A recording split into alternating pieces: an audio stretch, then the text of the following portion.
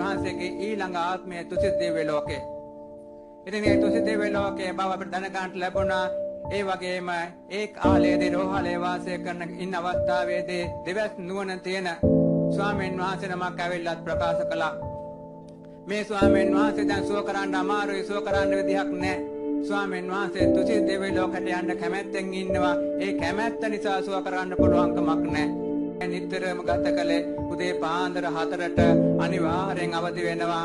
අවදි වෙලා මේ ධම්මචක්ක සූත්‍ර දේශනාව දේශනා කරලා බුද්ධ වන්දනා ආදී පවත්ලා දවස නොසිස්ස භාවනාවෙන් ගත කරනවා.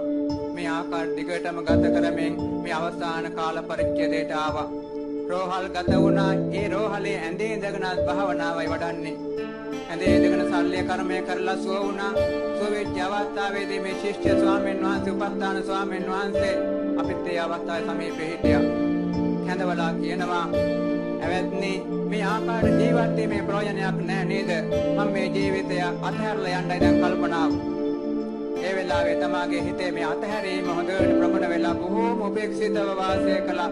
කිසිම දෙයක ආසාවක් නැහැ. වේදනාවක් කැක්කුමක් ගැන හිතන්නේවත් නැහැ. බලන්න අද අපි ස්පිතාලේ ගියාම කඩුවක් ගන්නකොට අපිට කොච්චර අමාරුද? ඒක කොහොම ස්වාමීන් වහන්සේ හොඳට පුහුණු වෙලා තිබුණා. වේදනානුපස්සන හොඳට පුහුණුලා තිබුණා. මේවා සියල්ලක් දරාගෙන මේ මොහොතේ පුහුණු වෙන්න පුළුවන් ශක්තියක් උපදවාගෙන තිබුණා.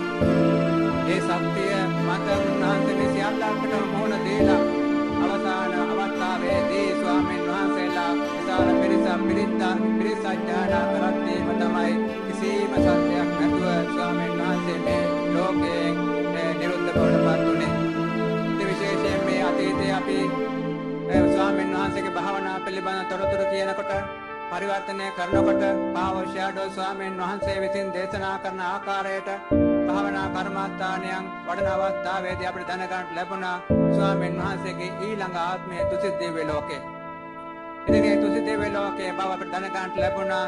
ඒ වගේම ඒ කාලයේදී රෝහලේ වාසය කරන ඉන්න අවස්ථාවේදී දෙවස් නුවණ තියෙන ස්වාමීන් වහන්සේ නමක් ඇවිල්ලා ප්‍රකාශ කළා. මේ ස්වාමීන් වහන්සේ දැන් සුව කරන්න අමාරුයි, සුව කරන්න විදිහක් නැහැ. ස්වාමීන් වහන්සේ තුසිත දිව්‍ය ලෝකයට යන්න කැමැත්තෙන් ඉන්නවා. ඒ කැමැත්ත නිසා සුව කරන්න පුළුවන් කමක් නැහැ. මෙහෙම ප්‍රකාශයක් කළා. ඒ වගේම දිව්‍ය රාජවරු විශාල ප්‍රමාණයක් ඇවිල්ලා ස්වාමීන් වහන්සේට ආරාධනා කරනවා. ස්වාමීන් වහන්සේ ආරාධනා බාර අරගෙන ඉන්නවා. ඒ නිසා ස්වාමීන් වහන්සේ සුව කරන්න පුළුවන් කමක් නැහැ කියලා අපිට ප්‍රකාශ කළා. ඒ දේ ඉෂ්ට වුණා දින කීපයකින් ස්වාමීන් වහන්සේ පිළිත් දේශනා පිළිත් සජ්ජායනා මැද්දේ ස්වාමීන් වහන්සේ බොහෝම පහසුවෙන් කිසිදු අපහසුකකින් තොරව මේ ලෝකේ නිරුද්ධ වුණා. ස්වර්ගස්ථ වුණා. තුසිත දිව්‍ය ලෝකේ පහළ වුණා. අපි විශ්වාස කරනවා මේ මොහොතේ අපේ ගෞරවනීය ස්වාමීන් වහන්සේ දිව්‍ය රාජවරයන් වහන්සේ නමක් හැටියට මේ සභාව ඉදිරියේ තමා විශාල පිරිසක් එක්ක සහභාගී වෙනවා කියලා අපි විශ්වාස කරනවා. අපිට කිසිම සැකයක් නැහැ.